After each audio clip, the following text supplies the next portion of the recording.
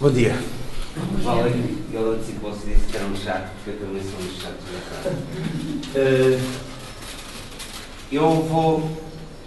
Vamos tentar, e perdoem-me pôr as coisas assim, mas eu venho no fundo contar-vos uma história. É engraçado que as histórias que costumam-se contar à noite para adormecer, eu vou tentar contá-la de manhã e que vocês não adormeçam.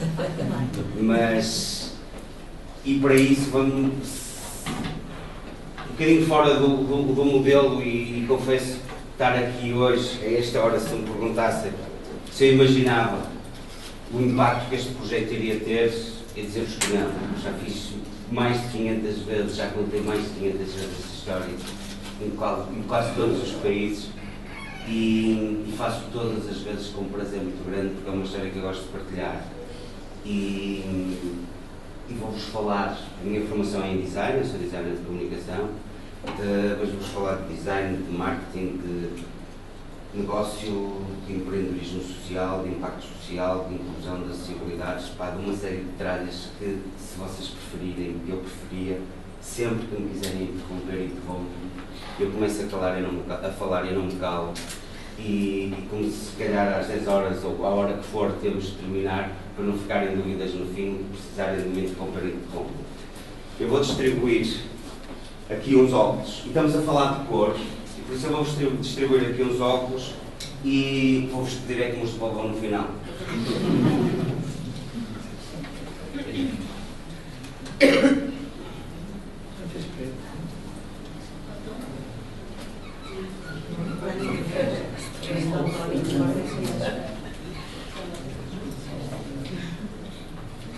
E ia-vos pedir uma coisa. É assim, quem é que não teve óculos? Eu. O que é que sentiu? Para dar nada. Eu tenho aqui mais. O que é que sentiram? Quem não esteve lá? Excluído. Agora quem tem os óculos faz favor de os pôr na cara. Não é para nos rirmos, é mesmo para... Quem não esteve sentiu-se excluído, discriminado. Mas afinal, quem o esteve é que se sentiu, é que foi discriminado. Porque não consegue ver a diferença entre estas duas imagens. Ou estas. Ou até mesmo esta. Ou seja, podem agora trocar os óculos, podem perceber. No fundo, o que eu queria com isto era criar aquela sensação, ou se pudermos dizer assim, brincar um bocado nestes 2 segundos ou 3 segundos, daquilo que é uma sensação de sermos excluídos, mas na realidade não éramos nós que estávamos excluídos, foi-nos provocada essa exclusão, o que quiserem pensar sobre isso. Como vos disse, a minha formação é em design e eu sempre vi e sempre fui um apaixonado pelo design e sempre achei que o design era muito mais do que uma disciplina que nos pudesse ajudar a criar bonitos objetos. Sempre achei que o design teria a competência e até a nobre missão de poder tornar o mundo melhor. E nesse sentido, todo este trabalho, como vos disse no início, confesso, não fazia ideia do impacto que ele ia ter. O que é que eu quis fazer? Eu quis procurar levar o design de comunicação para a área do design para todos, o design for all. E eu aqui uso o design para todos e o design for all por uma razão. O design for all diz, ou usa-se muito esse conceito do design de criar acessibilidades. A maior parte deles ao nível do produto, raramente ao nível da comunicação, e quando digo design para todos é que o design seja entendido por todos. Não só pelos designers, não só por quem tem aquela cultura visual ou aquela capacidade de interpretar isso. Por isso, todo este processo foi uma tese de mestrado, teve origem numa tese de mestrado, em que nós temos 1 ano para a fazer, eu tive 8 anos a fazê-lo, porque para mim era muito mais importante ter uma ferramenta ou uma solução no final, mais do que ter uma publicação enviada no repositório de uma biblioteca e dizer eu sou mestre em design. Por isso, o desafio foi criar algo que não para mim, e eu vou-vos falar de daltónicos, e começo por vos falar de daltónicos e vou acabar em muito mais do que isso, mas eu muitas coisas aprendi com este projeto. Então, e pegando na questão do design, o que eu fiz foi, quando me lembrei de fazer este projeto, ou quando eu quis trabalhar com esta questão, e eu não sou daltónico, Por isso eu acho que nós somos muito mais competentes se fizermos as coisas a pensar nos outros do que a pensar em nós próprios. Explico-vos porquê. Porque se eu fosse daltónico, eu teria feito uma ferramenta que me permitisse a mim comunicar com a sociedade. E há diferentes tipos de daltonismo. Não sendo daltónico, eu tive que procurar como é que todos os daltónicos são e como é que eles resolvem os seus problemas e as suas questões. Mais do que isso, as primeiras pesquisas que fiz sobre daltonismo eram conotações completamente depreciativas, com uma limitação que alguém que pessoas têm, mas muito pouco encontrei, nada existia, mas muito pouco encontrei do ponto de vista da definição. Daltónico o que era? Daltónico era um árbitro que não marcava um penalti. Daltónico era um político que dizia que fazia isto e fazia aquilo. Por isso, uma conotação depreciativa, um juízo de valor que a sociedade faz também é muito depreciativo, tão natural quanto nós imaginarmos. Por exemplo, se vimos um indivíduo de calças roxas com uma camisa amarela e uma gravata cor-de-rosa com bolinhas, verde alface, se ele tiver uma bengala e os óculos de sol, nós dizemos, é pá, coitado, é cego. Mas se ele tiver a bengala, não azeiteiro. Por isso, a questão era precisamente, de algum modo, conseguir contrariar isto com uma série de premissas e de regras que, para mim, eram inquestionáveis. Então, o que eu fiz foi, enfiei as mãos nos bolsos. Eu acho que os designers, por natureza, são preguiçosos. E se somos preguiçosos, a ideia é criarmos algo que nos leve ao conceito de forma-função o mais facilmente possível, o mais assertivo possível, e todo um processo de motivação que não nos obriga a voltar à casa partida. Então o que eu fiz foi, de mãos nos bolsos, a pensar como é que eu vou fazer uma coisa que nunca ninguém fez? E porquê que será que nunca ninguém fez? Já fomos à lua, ao fundo do mar, porquê que nunca ninguém fez isto? Comecei a trabalhar nisso. A primeira coisa para mim era óbvio, era falar com médicos, entender o que era a questão do daltonismo. E falamos de 10% da população masculina mundial. Tive um ano e tal a falar com médicos, a estudar a questão do daltonismo, obviamente com a minha atividade profissional em paralelo. O daltonismo afeta maioritariamente homens. O problema está associado ao cromossoma X. O verde e o vermelho estão no X, o azul está no cromossoma 7, nós vemos em RGB, como as televisões. É ao nível da retina, não tem cura. Há diferentes tipos de daltonismo, a maior parte confunde verdes com vermelhos e tudo que anda à volta disso. Há quem confunda azuis com amarelos, o daltónico não troca, confunde. Há quem veja a preto e branco. Há mulheres daltónicas, a uma porcentagem mais reduzida, 1 para cada 10 homens, 1 para cada 200 mulheres. O cromossoma X vem da mulher. A mãe é portadora, mas porque a mulher, como tem 2X, um compensa o outro. Dificilmente uma mulher é daltónica porque é preciso um pai daltónico casar com uma mãe portadora daltónica e a probabilidade é de 50% da mulher ser daltónica. Se a mulher for daltónica e o pai também, a filha certamente que o será porque recebe os 2X. Não há cura e muitos dos daltónicos, ou a maior parte dos daltónicos, não têm um carimbo na testa a dizer que eu sou daltónico. Por isso, se pensarmos em 10% da população masculina, chegamos a um número de 350 milhões de pessoas no mundo que não veem corretamente as cores.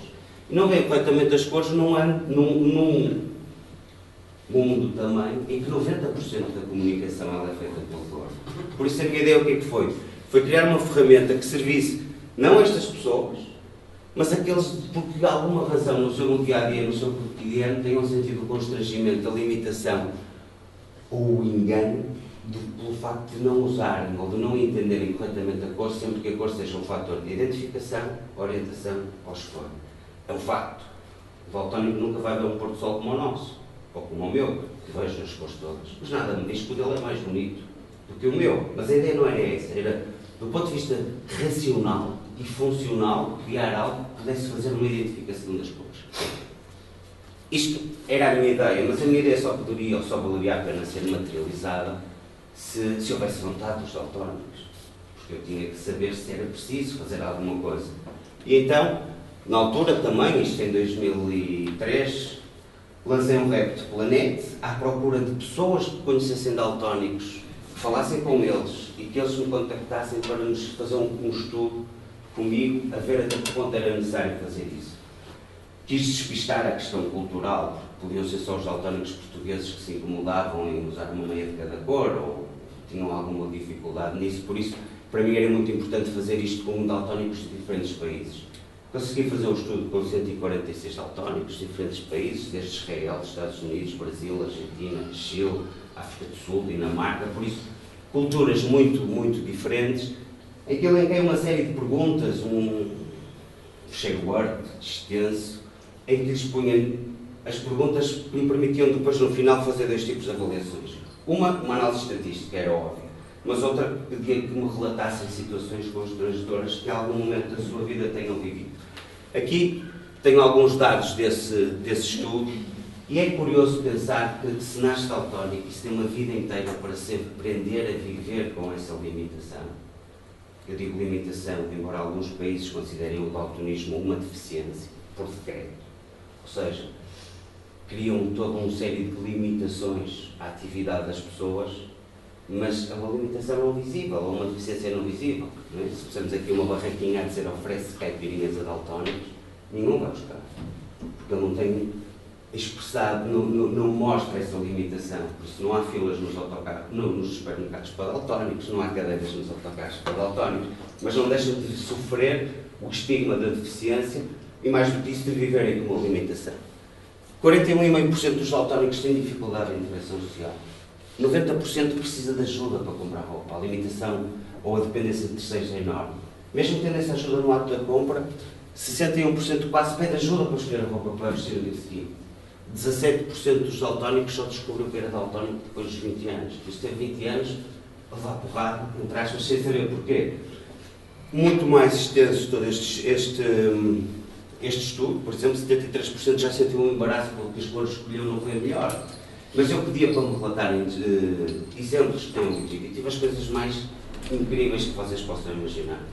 Desde uma senhora, e é curioso, porque 2% dos daltónicos são mulheres. Eu no estudo que tive 7% de mulheres.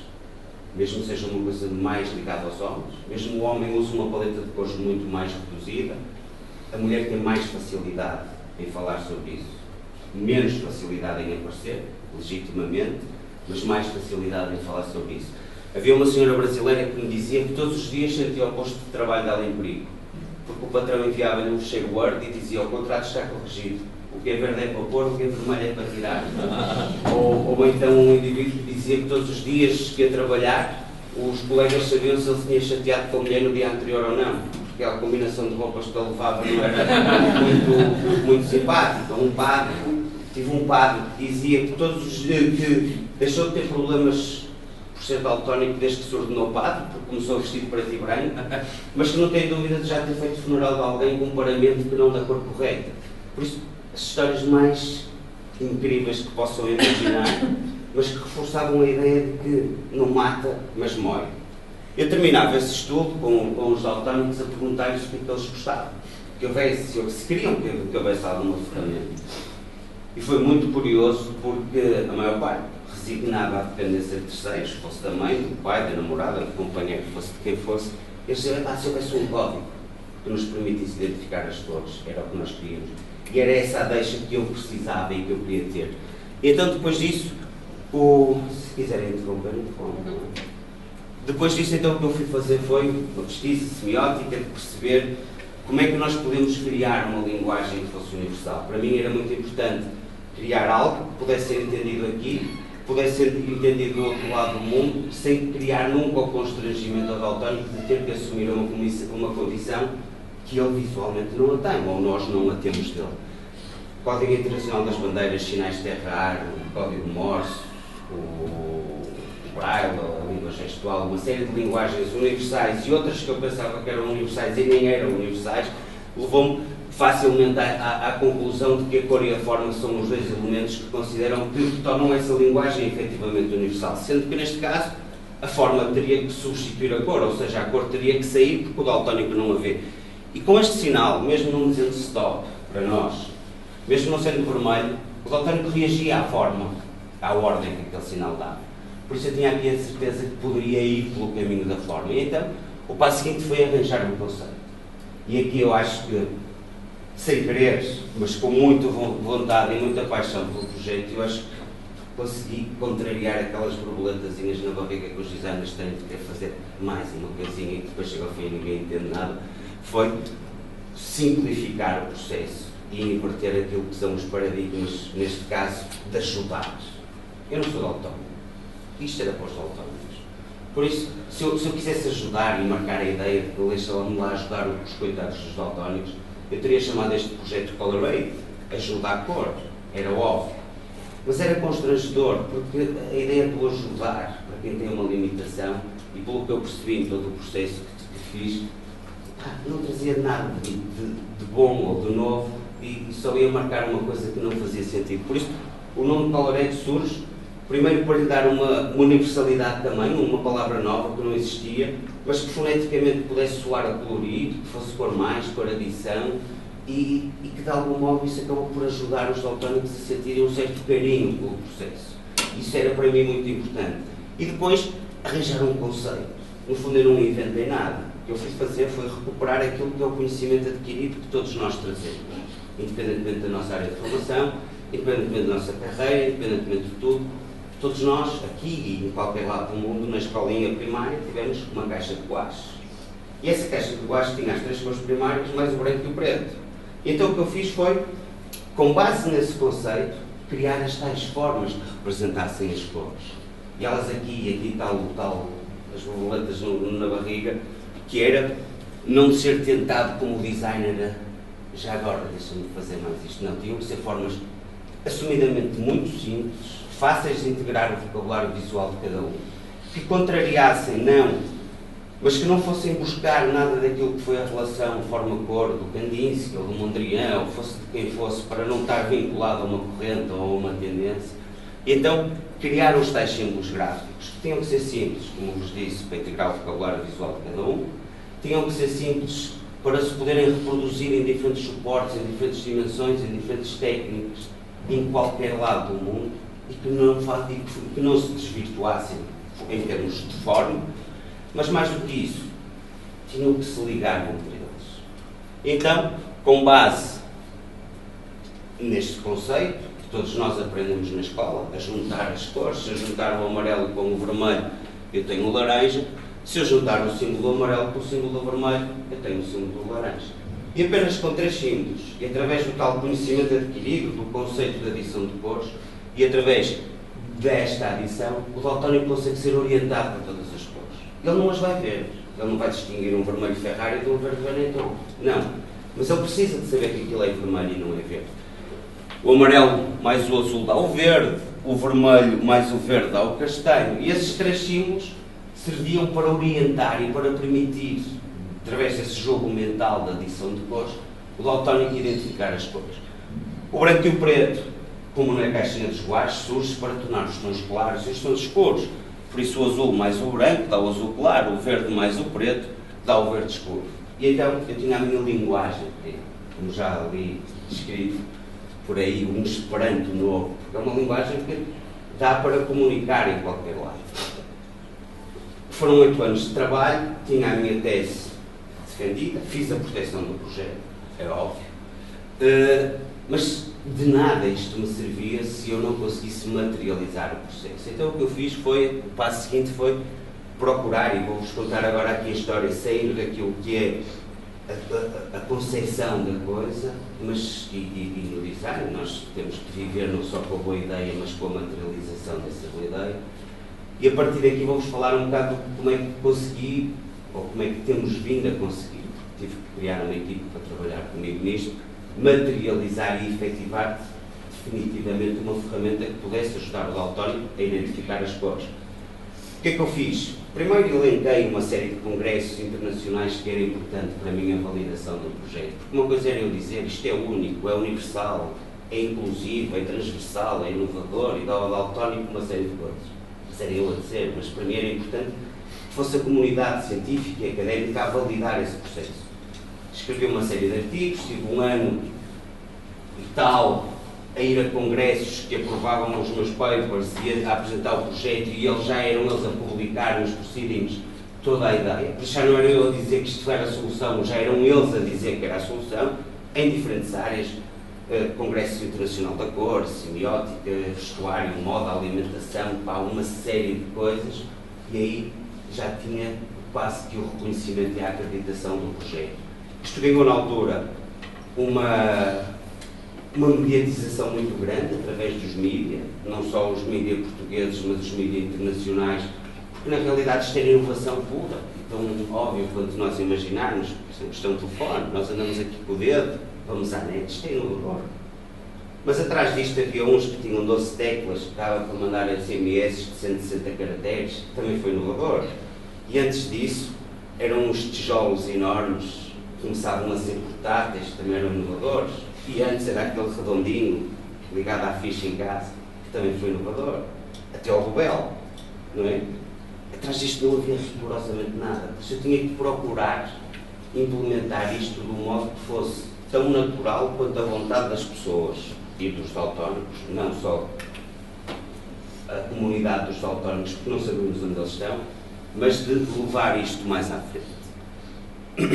Depois deste processo, como vos disse, criei uma equipe e aprendi aqui a segunda lição da minha vida, neste projeto, que é, toda a vida nós havemos dizer, eu pelo menos ouvi, que não era possível ter o melhor de dois mundos, mas este projeto mostrou-me que é efetivamente possível ter o melhor de três mundos. Então como é que nós conseguimos ter o melhor de três mundos? O primeiro é inquestionável, é dar uma ferramenta ao autónomo sem que ele tenha que assumir a sua condição e sem que ele tenha que pagar por ela. Por isso, continuar o seu processo. O segundo mundo era garantir um modelo de sustentabilidade ao projeto. E aqui a vertente social é desde a primeira hora uma vontade grande. E o design tem essa competência de poder tornar o mundo melhor. E como é que nós fizemos? Em vez de nos ficarmos a lamentar à espera dos falhanços dos projetos de candidatura aos créditos, recorrer à banca, recusei tudo que era capitais de risco, porque eu não queria que este projeto se tornasse ganancioso do ponto de vista financeiro, mas sim com a ambição de levar isto a todo lado. Criámos um modelo de negócio social, ou seja, quem quer usar este código, através de um conceito de inovação e de impacto social, paga uma licença para o usar. Só que o valor dessa licença é ajustado à dimensão de quem o vai usar. Ou seja, uma empresa pequenina de informática aqui do outro lado da rua paga isto, o Microsoft vai pagar isto, um cafezinho quer usar ou precisa usar paga isto, o McDonald's vai pagar isto. Ou seja, essa questão permitiu impor umas regras tão simples quanto não é exclusivo para ninguém. Não há discussão nisso. Já nos apareceu uma empresa, um grande grupo económico na área do vestuário, e dizer, na área do vestuário eu pago 10 vezes mais do que vocês querem, mas eu quero ser o único durante 3 anos. Não pode ser. É para todos? É para todos. Depois, procurar testar um bocadinho a imagem daquilo que era o tempo dos reis, em que havia os provadores que tinham que comer ou que experimentar as comidas novas, testar o projeto. E optámos por testá-lo com empresas e organizações portuguesas. Porquê?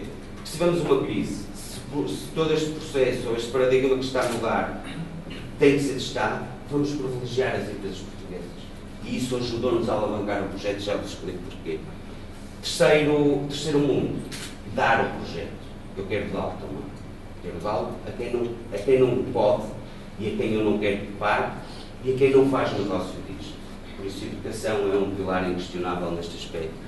Com isto tudo, o projeto não só ganhou reconhecimento pela área social, a ASHOC é a maior organização mundial de empreendedores sociais, onde faz parte, por exemplo, o IUNUS, o Prémio Nobel da Paz, uma série de tipos que neste meio é um prazer conviver com eles, elegeu a mim, por estar ligado a este projeto como fellow desta organização, há um em cada 10 milhões de pessoas. O Zero Project, é isto de questão social, o Zero Project é um projeto das Nações Unidas que reconheceu o Coloredo como uma das 50 inovações práticas na área das acessibilidades, ou seja, a área funcional. E todo esse processo acabou por alavancar ainda mais esta implementação. Eu ia abrir as hostilidades, interromper para te fazer uma pergunta, que é, regressando um bocadinho atrás, se tiveste 8 anos a fazer isto, houve aí algum momento, eram 2 perguntas, na verdade. Uma era se houve aí algum momento de desalento no meio, e a segunda é quando é que tu percebeste, ok, isto vai ser do caraças. Pá, eu ainda não percebi que isto vai ser do caraças. Eu defino isto muito. Eu acho que eu tenho alguma dificuldade em falar sem desenhar as coisas, mas eu explico este processo e vou-vos dizer o ponto em que ele está. E já passaram 3 anos, 4 anos desde que eu apresentei publicamente. Eu há 4 anos não durmo 4 noites seguidas em casa, porque a minha vida é sempre de um lado para o outro. Mas eu imagino isto um bocadinho como o processo de gestação de uma criança. Um tipo está 8 anos a tentar fazer um filho. Foi o que eu fiz. Tive 8 anos a tentar fazer um filho. E depois de o fazer, há aquelas 12 primeiras semanas que são determinantes para ver se o feto se desenvolve bem. Neste momento o projeto está no final da 12ª semana. O que quer dizer isto? Quer dizer que os exames, aqueles exames vitais já foram feitos, está tudo em ordem, não há malformações, não há nada, mas ainda há um processo grande. E esse processo, que vai desde a 12ª semana até às 40 semanas ou às 30 e tal semanas, é aquilo que eu, quando o puser cá fora, ele já tem que estar perfeitamente saudável para... E esse processo há de acontecer um dia. Agora, ele pode voar já. Agora, ele pode ser desencaminhado, eu não quero, desculpa, porque o que eu quero neste processo é assim, é garantir sempre uma coisa, valor social. Porque eu acho que se pode, e o modelo de negócios que eu vos mostrei, estamos a falar de cor, atenção, ainda, se há muito gajo a ganhar dinheiro a fazer o mal, pode-se ganhar dinheiro a fazer o mal. E se nós tivermos as pessoas do lado do bem a ganhar dinheiro, vamos ser os melhores no mundo do lado do bem. A questão é essa, a mudança do paradigma é aí. Não vamos ajudar os daltónicos, vamos pôr as empresas a ganharem dinheiro para ajudarem os daltónicos. E foi esse o processo e foi esse o modelo. Agora, o crescimento do projeto, eu vou-vos dar uma ideia que por acaso poderia falá-la mais à frente. Vocês sabem quanto tempo demorou a ser um commodity, ou ser obrigatório, as instruções de lavagens nas etiquetas de fora? Quanto tempo demorou a isso ser um processo? 30 anos. E estamos a falar de umas instruções de lavagens, de umas peças de vestuário. Não estamos a falar numa linguagem que tem que levar a cor a todos. Porque se há 350 milhões de daltónicos no mundo e nós não sabemos onde eles estão, nem vamos perguntar-lhes onde eles estão, eu tenho que levar isto a 7 bilhões de pessoas. E o objetivo é esse. Porquê? Porque aí o projeto sai muito mais longe do que o âmbito dos daltónicos. Porque isto tem a ver também com uma questão social, que é as pessoas entenderem que há malta que não vê corretamente as coisas. Por isso ter algum cuidado, porque os miúdos daltónicos são vítimas de bullying, por exemplo. Mas eu falo isso mais à frente. Só para terminar esta parte. O que é que nós procuramos? Garantir essa transversalidade do projeto. Para mim era muito importante testar esta nova linguagem, não numa área em que depois fosse possível de ser replicada, mas de um modo transversal, porque o daltónico em algum momento do seu dia-a-dia tivesse contacto com a ferramenta e só assim é que eu poderia validá-la e fazer se estava a fazer sentido. E o facto é que em 3 anos, desde 2010, não só pelo impacto, pela inovação, mas também pelo impacto social do projeto, mais de 200 implementações do código já existem, em mais de 9 países, já estamos em mais de 9 países, já é uma série de áreas, todas elas totalmente transversais, que vai, e mostro-vos mais à frente, e pela educação. E a educação é um dos pilares. E porquê? Porque é na escola que nós aprendemos as coisas. Foram as minhas filhas que me ensinaram a reciclar. Porque se elas não me dessem na cabeça, se calhar eu jogava ao lado e ninguém via e misturava tudo. Por isso, é por as escolas que se vai mudar as mentalidades, é pela escola que se vai mudar, ou que se vai poder dar a volta ao mundo, e isto dar a volta no sentido de o pôr mais colorido. Mas mais, no estudo que eu fiz, havia um daltónico que dizia: eu quando andava na escola eu não levava os lápis de cor, porque eu sei que o telhado de uma casa é vermelho, mas eu olho para os lápis e não sei ver qual é o vermelho. Por isso pedi ao colega do lado e empresta-me aí o vermelho para eu pintar o telhado. Por isso, o que nós fizemos, não numa atitude protecionista, mas de facilitar, quer do ponto de vista financeiro, quer do ponto de vista logístico, foi pegar nas empresas portuguesas. Aviar, todos nós conhecemos, faz parte do imaginário de infância de todos nós, começou a usar o código, nos lápis de cor. Transportam um conceito, uma linguagem, transportam a inclusão, a tal questão de incluir sem discriminar. Mas o mais engraçado nisto é que eles ganham dinheiro com isto. A Viar, que nunca tinha vendido um lápis de cor para o estrangeiro, hoje exporta para 15 países. recuperou muito do mercado nacional que tinha perdido para os lápis das lojas dos chineses e das grandes superfícies.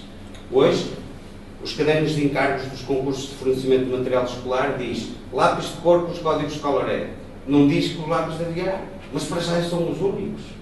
Por isso, o que é que acontece? Acontece que aviar chega à beira, como já o fez, da Faber-Castell, chega lá acima e diz: olá, vocês são os maiores, não têm isto que eu tenho. Já fomos contactados pela Faber-Castell. Por isso, toda essa dinâmica é criada pelas próprias empresas. Ainda na área da educação. Desculpa, há um bocadinho, eu gostei muito do teu plano de negócios. Agora tenho uma duvidazinha que não sei se podes dizer.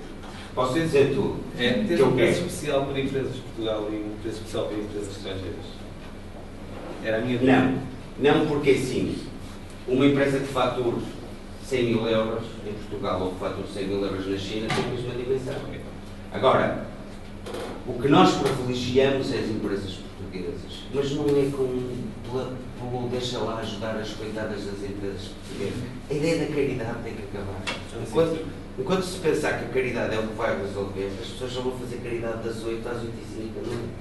E se pensarmos nisto de outra maneira, a Aviar que transporta o ensinamento disto? Eu não podia andar, eu prefiro estar em 500 Creative Mornings do que andar a bater às portas a pregar uma nova linguagem. Porque eu não sei como é que os clientes deles ouvem, ou como é que se deve falar com os clientes deles, mas eles sabem. Por isso é às empresas que nós demos essa responsabilidade. Isto é um bocadinho incomodado não só para uma criança. A criança tem que comer a sopa. E há muitas maneiras de dar a sopa, ou pelo aviãozinho ou tapar o nariz. Não é? É por isso. Por isso, a ideia de privilegiarmos as empresas portuguesas foi também para a facilidade nossa. Porque eu ter que testar isto numa empresa na Dinamarca, eu tinha que ir lá. E chegava lá e ele dizia: como é que se faz isso? Eu dizia: não sei, então vá para casa fazer. Se nós levarmos já tudo testado, e a nossa dimensão não faz sombra a ninguém, mas potencia, e são as empresas portuguesas, isto está já em 9 países, por empresas de 9 países diferentes, mas já está em 89 e tal países, por produtos portugueses que são exportados para lá. E esse fator de diferenciação e inovação é que permite com que a Aviar, por exemplo, ganhe dinheiro. Se ganhar dinheiro, produz mais. E se produzir mais crianças, isto vai chegar. E se eles ganharem com isso, eles ainda se vão entusiasmar mais, e começam a pôr em todos os produtos, que é o que está a acontecer. Expliquei bem. E em termos de vendas, como é que a Coloré vendeu ou deu, digamos, o uso de Aviar? Isto tem um valor. É por royalties? Não pode ser por royalties, eu explico. Isto é um valor de licença barato, completamente barato, mesmo. Porque o custo nunca pode ser um impedimento. E hoje, ainda para mais com os constrangimentos que se vive, se isto fosse caro, há outras prioridades. Isto é barato. Isto é uma coisa que tem um modelo que não pode ser por royalties. Se calhar, e já várias vezes, se isto fosse por royalties, tu estavas rico. Estavas assim, Só que quem é que corria? Qual era o risco que eu corria? Se eu criasse isto por royalties, esse valor do royalty certamente seria indexado à quantidade de produto produzido.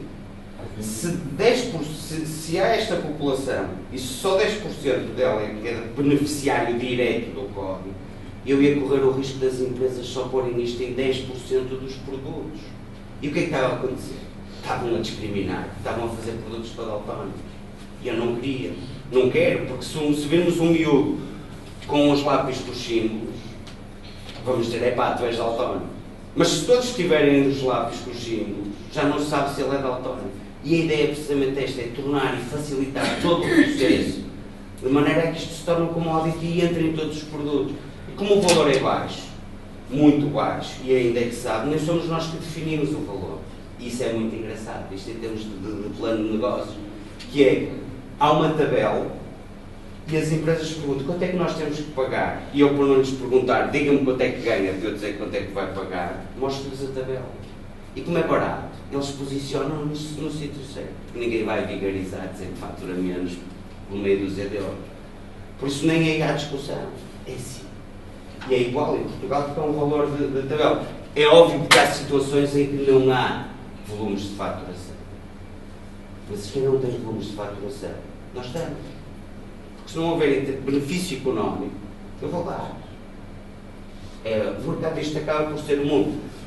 Exames nacionais. Desde 2011 que todos os exames nacionais são de cor, e aí nós somos muito rigorosos nisso, que é, só faz sentido o código aparecer onde a cor é essencial para a identificação, a orientação, a escolha.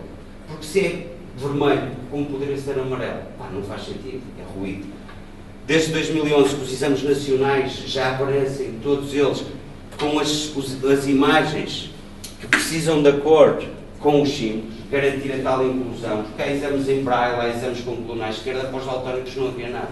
E a cor é relevante, não só para a formulação da pergunta, ou para a interpretação do enunciado, como para a formulação da resposta. Manuais escolares, isto é muito agir, porque manuais de geografia, já de história, de inglês, a cor é um pilar até no próprio desenvolvimento cognitivo das crianças. E a cor é o primeiro, por isso os teletubbies são tão feinhos e as crianças acham altamente. Porquê? Porque todo o processo mecânico, mental, da matemática, da adição, trouxe tangibilidade, os símbolos trouxeram tangibilidade a esse processo. E já há escolas a ensinarem o código. Primeiro ciclo. Vou voltar a falar da educação mais à frente. Outras áreas transversais, saúde, óbvia. Orientação dentro dos hospitais. Não vá um tipo entrar num hospital, tem que seguir a linha amarela para ir ver o filho que nasceu e parar àquela sala que tem os frigoríficos deitados. Mais um bocadinho na ideia disso, testar isto em Portugal. Criámos um modelo que está em uso já há 2 ou 3 anos no Hospital de São João. As linhas de orientação, onde a cor já lá estava, só se foi colocar o símbolo. Triagem de Manchester, estar um daltónico numa urgência sem ter o conforto de saber se está pior ou melhor do que o tipo que está ao lado, ou se vai entrar primeiro na consulta ou não. Fármacos hospitalares, e aqui é engraçado, porque quando pensei nisto na cor ou em levar a cor aos daltónicos. E o projeto aqui serve para salvar vidas a pessoas. Não sei se lembram que há uns anos no Santa Maria que houve aquelas trocas de seringas. A cor é o que diferencia os fármacos. E então, por contactos do Centro Hospitalar de Lisboa Central, ao Hospital dos Capuchos, Santa Maria, foi a inclusão dos símbolos para reforçar a identificação da cor dos fármacos, no bloco operatório, no stress de uma cirurgia, no stress na penumbra lá de todo um espaço onde se está a tentar salvar a vida de alguém. Já tem uso em 7 hospitais, validado por uma área internacional de anestesiologia. Não fazia ideia sequer que os fármacos hospitalares eram definidos pela cor. Por isso, nós acabamos por reagir a tudo que nos aparece e àquelas informações que nos vão mostrando a cor como relevante. Transportes, também é óbvio. Mais de 80% dos utilizadores de transportes no mundo usam a cor como fator de identificação das linhas. O que é que fizemos aqui? A mesma coisa. Metro do Porto, testámos o projeto, criámos um modelo de implementação progressivo, porque isto não pode aparecer tudo de uma vez. Senão vamos incluir uns e excluir outros e criar ruído. Então um processo de aprendizagem natural, tal qual uma árvore cresce. Se eu lhe der muita luz e muita água, ela não vai crescer num dia. Por isso o processo disto também tem que ser assim. O Metro do Porto, mais de 210 mil passageiros por dia têm contacto com o código. E vão sendo eles que vão passando a palavra nisso. E é engraçado, recebo pela nossa página de Facebook, que é uma coisa muito engraçada, e também podemos falar um bocado sobre isso. As redes sociais nisto têm um impacto muito grande, porque são muito mais emotivas e muito mais próximas do que um mail, através de um site. As fotografias que nos enviam, pessoas da Argentina que nos mandam fotos, a dizer, tivemos no Metro do Porto e com a imagem disso, e eles próprios alavancam o levar todo este processo para lá. E como nós já o temos todo testado em diferentes áreas, o pacote está feito. E depois os portugueses podem dizer naquele piquenique anual dos metros de todo o mundo, nós fomos o primeiro a usá-lo. E já estamos com vários contactos com outros metros. Os têxteis, é óbvio. Desculpa. Claro. Na situação anterior, tinha falado de ser um processo gradual, mas é suposto as letras das linhas serem substituídas por símbolos? Não. Essa pergunta é fixe, porque eu já tenho a resposta, já me fizeram 500 vezes. Não, isso é muito engraçado, porque quando foi todo o processo de trabalho conjunto com o médico, houve essa questão. Opa, se isto tem as cores, e se vamos tirar agora, vamos pôr agora os símbolos, nós podemos tirar as letras. Mas isso era um erro. Porquê? Porque estávamos a incluir uns e a excluir outros. Porque basta ver o senhor António, que sabe qual é a linha D, nós não lhe vamos tirar a linha D. O que nós vamos dar é mais um complemento à informação. Só. Isto não é mais do que um elemento de comunicação. Vai acompanhar os outros, neste caso sempre que a cor é relevante. Por isso, não se vai tirar nada, vai ser acrescentar. Estamos, já são 10 e... Mas eu ainda preciso de 5 minutos. Não. A não ser que queiram ir embora. Não. Os têxteis, é óbvio, porque é uma área emblemática nisto. E é engraçado porque as empresas querem isto. Comunicar a responsabilidade social deles. Isto é a imagem da campanha da CIPI, Primavera-Verão, em 2011. Para todo o mundo, onde eles estão, em 80 países. Hoje o código já está em mais de 7 empresas têxteis. Mas o que nós queremos é isto. 23 milhões de peças de roupa que já utilizam os símbolos para fazer a identificação. Até sutiãs, que é uma coisa engraçadíssima. E o que é que acontece? É levar todo o conceito, transportar todo o conceito, seja na ZIP, seja noutras marcas, mas ficam do lado das empresas a responsabilidade de ensinarem como é que o processo funciona, de comunicarem isso tudo. E o que é que acontece? Ficam bem eles na fotografia porque é uma empresa com preocupações sociais e poupam-nos todo esse trabalho. Rapidamente, autarquias. Isto é muito curioso porque aqui não é indexado à questão de faturações, porque as câmaras não têm faturação, mas é indexado à população. A Câmara de Toulouse paga mais do que a Câmara de Fecho de Espadacim. A Câmara do Porto pagou mais do que a Câmara de Matosinhos, por exemplo. Já estamos a trabalhar e a desenvolver projetos em 23 municípios. Este é o do Porto, é emblemático. Os mapas de turismo da cidade, onde a cor é relevante para a identificação dos circuitos turísticos, para a identificação dos transportes. Sempre que a cor é necessária, aparecem os símbolos a fazer a identificação da cor e informação nestas cidades inclusivas pela cor, a área das acessibilidades. Estamos com o Instituto de Socorros a Náufragos a trabalhar para as bandeiras das praias. É uma coisa que vai ter um processo muito lento, porque tem tutelas da Marinha, porque tem normas internacionais, mas o facto é que no estudo de pesquisa havia um indivíduo que dizia que não tomava banho na praia, porque se não sabia se a bandeira estava verde ou vermelha. É estranho, porque se vemos um mar muito alto, picado, sem ninguém, está vermelho. Se tiver lisinho, está verde. Mas o facto é que, na dúvida, nós temos a segurança da bandeira. E o daltónico não tem. Recolha seletiva de resíduos. Reparem, há bocado falávamos de medicamentos, de fármacos hospitalares, agora falo dos baldes do lixo. A cor como um fator de identificação das diferentes áreas de recolha seletiva. Depois outros setores. Tintas. A Cine foi a primeira empresa no mundo a adotar o código, isto em 2010. Já nos levou, assim, para um maior grupo internacional de várias companhias de tintas, e já estamos a trabalhar com empresas de Israel, das Filipinas e da Colômbia, por exemplo. Já está também numa empresa em Espanha. Área alimentar. Não vou dizer, mas daqui a um mês e meio, 2 meses, vão ver 80 mil produtos em semáforo nutricional, tem cores e está identificado com código. Sinalética de segurança, jogos, não só jogos de tabuleiro, mas de plataformas digitais, aplicações iPhone que fazem a referenciação e identificação da cor em tempo real, ou seja, dá para um tipo ver e partilhar com a mulher gostas, fica bem. Ganhou uma série de prémios na área da acessibilidade. Selos dos Correios, sempre dedicaram uma emissão de selos de correio a este código, que é uma coisa engraçadíssima, quase 2 milhões de selos feitos, e dá já um prazer diferente de receber uma carta das finanças, se ela vier com o seu. Museus, isto também nunca imaginei, um projeto com 3 anos na altura, de começar logo a ser espólio do museu, está em 4 museus. Museu Nacional do Desporto, que tem a ver com a ética, com o Manifesto Olímpico, o Museu dos Transportes e Comunicações, mesmo aqui em frente na Alfândega, o Museu de Design em Budapeste, o Museu Nacional de Arte Antiga. Não só organizar o espaço expositivo, que é diferenciado pela cor, no caso do Museu do Desporto, mas também com o próprio espólio do museu. Área financeira. E agora que as coisas estão a sair do vermelho, começa a ser interessante ver a cor.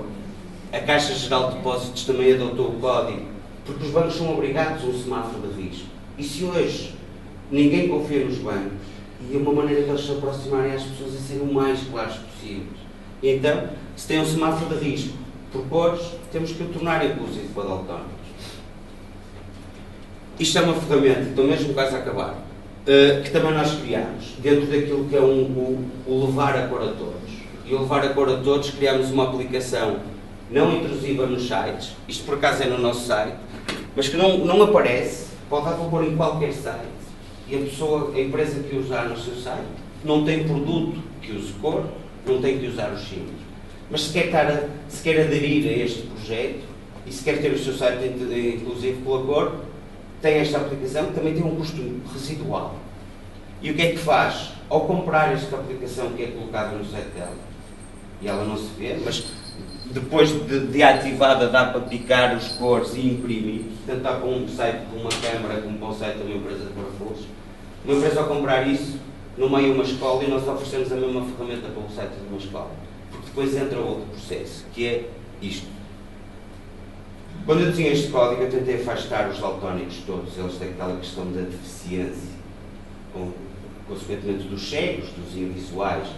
E é engraçado que nós, ao contrário de muitas outras palavras, nós aí estamos a ganhar aos ingleses. Nós dizemos daltónicos, e que vem do John Dalton, que foi um físico daltónico, que estudou sobre isto. Os ingleses chamam colorblind, cegueira da cor, que é uma coisa pesada e horrível. E eu sempre procurei afastar os daltónicos desta questão. E hoje são os cegos a quererem se aproximar disto. Isto foi é uma imagem do teste disto em relevo, que se fez no Ellen Keller em Lisboa. Foi impressionante e arrepiante ler os relatórios dos miúdos a dizerem: eu hoje vou conseguir chegar a casa e dizer à minha mãe o que é o cor de laranja. Sentiu o cor de laranja. Estamos já a trabalhar isto em 3D, em 3 dimensões para algumas áreas. E aí o universo deixa de ser os 350 milhões e passa a ser 635 milhões, que são todas as pessoas no mundo, por valores da Organização Mundial de Saúde, que têm alguma deficiência de visão e que, consequentemente, levam a alguma limitação da interpretação da cor. Para levar a cor a todos, o tal terceiro mundo que eu vos falava há bocado, criei uma ONG, que se chama Colorete Social, que tem um objetivo de trabalhar com as escolas, de dar este projeto às escolas. Criámos um programa de rastreio visual nas escolas, de daltonismo, coisa que nunca foi feita. Estamos precocemente a identificar miúdos daltónicos e avisar os pais, os professores e os encarregados de educação. Tem-se validado a taxa de 10%.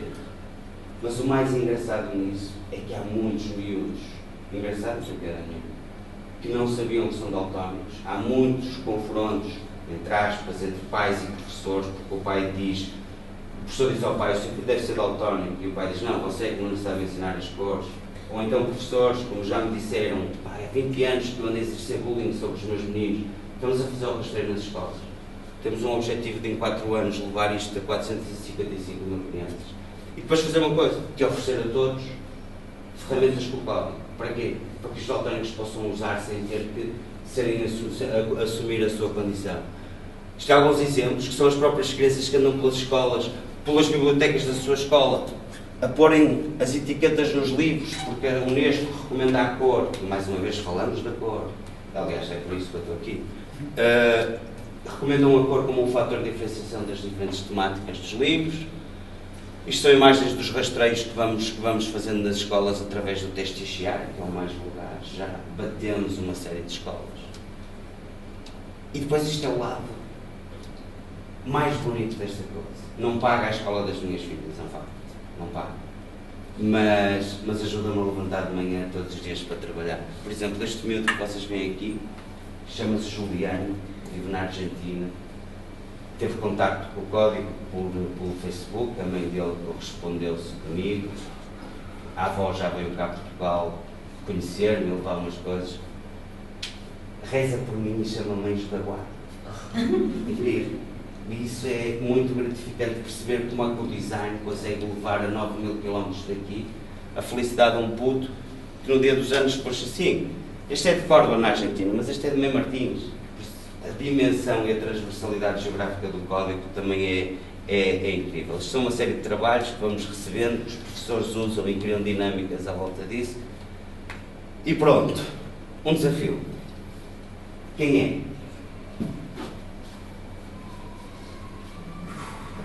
talvez o mais famoso dos daltónicos.